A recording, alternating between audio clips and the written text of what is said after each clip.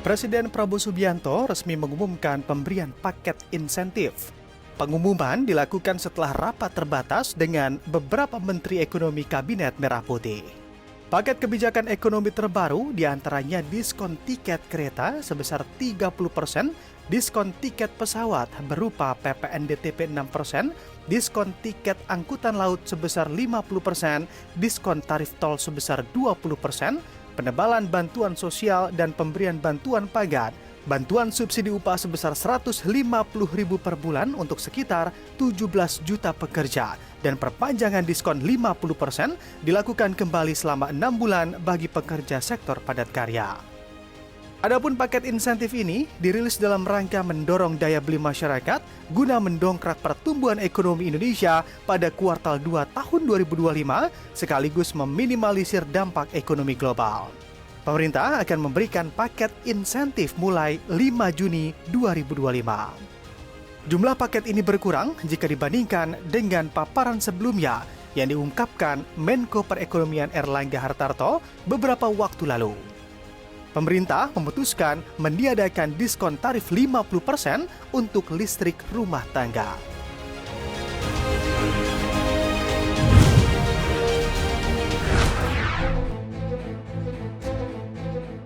Badan Pusat Statistik atau BPS mengumumkan deflasi pada Mei 2025 sebesar 0,37%. Deflasi ini lebih dalam dibandingkan dengan periode yang sama pada tahun sebelumnya. Sementara secara tahunan terjadi inflasi sebesar 1,60%.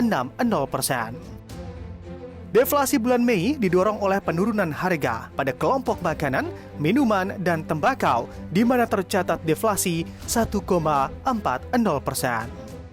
Secara spesifik, komoditas penyumbang deflasi adalah cabai merah dan cabai rawit dengan andil 0,12%, diikuti bawang merah 0,09% hingga ikan segar 0,05%.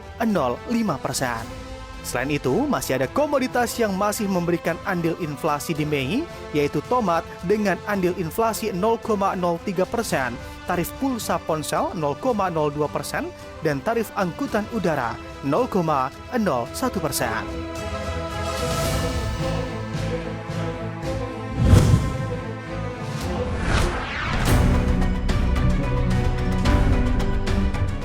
Badan Pusat Statistik mengumumkan raca dagang pada April 2025 tercatat surplus 150 juta dolar Amerika Serikat.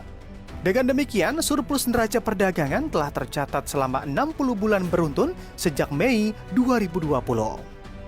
Namun, besaran surplus itu merosot dari catatan per Maret 2025 yang masih mampu mencapai 4,33 miliar dolar Amerika Serikat. Total penurunan neraca ekspor-impor itu mencapai 96,53%.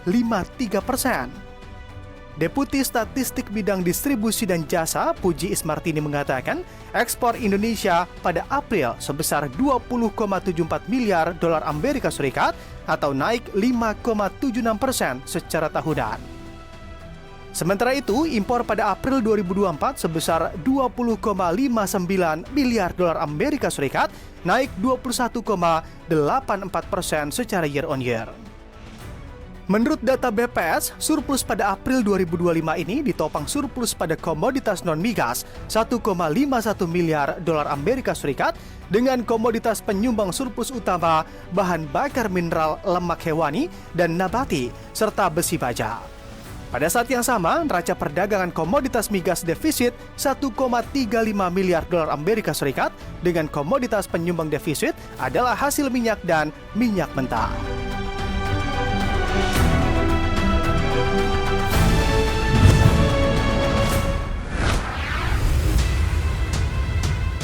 Presiden Amerika Serikat Donald Trump kembali menghantam perdagangan. Trump mengumumkan bahwa tarif impor baja dan aluminium akan digandakan. Tak tanggung-tanggung, tarif akan menjadi 50%. Kebijakan ini berlaku 4 Juni 2025. Tak lama setelah pidato tersebut, Trump pun mempertegas lewat unggahan di Truth Social. Ia mengatakan kebijakan serupa juga akan berlaku untuk aluminium. Keputusan sepihak ini langsung memicu kemarahan Uni Eropa. Uni Eropa menyatakan kecewa seraya menyebut kebijakan itu merusak upaya negosiasi yang sedang berlangsung antara kedua blok. Bahkan, pejabat Uni Eropa memperingatkan bahwa hubungan dagang lintas Atlantik kembali memasuki fase beresiko.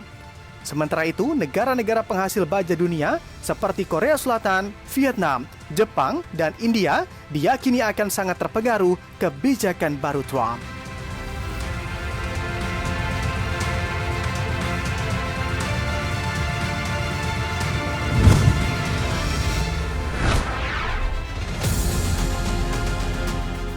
Gelombang pemutusan hubungan kerja kembali mengguncang pasar tenaga kerja Amerika Serikat. Menurut data Worker Adjustment and Retraining Notification Act, lebih dari 130 perusahaan telah mengajukan pemberitahuan resmi bahwa mereka akan melakukan PHK massal pada Juni 2025. Data terkini menunjukkan bahwa sekitar 138 pengusaha di berbagai sektor telah merencanakan PHK, melebihi jumlah perusahaan yang melakukan pemutusan kerja pada Mei lalu yang mencapai 130 entitas. PHK terjadi di berbagai sektor termasuk retail, farmasi, makanan dan minuman, logistik, manufaktur, dan layanan kesehatan. Beberapa perusahaan besar yang masuk dalam daftar termasuk Walmart, Pfizer, Chevron, Rite Aid, McDonald's, CVS Health, UPS, FedEx, hingga Kaiser Permanent. Perusahaan telekomunikasi seperti US Cellular dan sektor teknologi seperti Oracle Amerika, Thermo Fisher, dan NetApp juga termasuk di antara yang melaporkan akan melakukan PHK bulan ini. Jumlah pekerja yang terdampak bervariasi dari hanya beberapa orang hingga ratusan dalam satu perusahaan.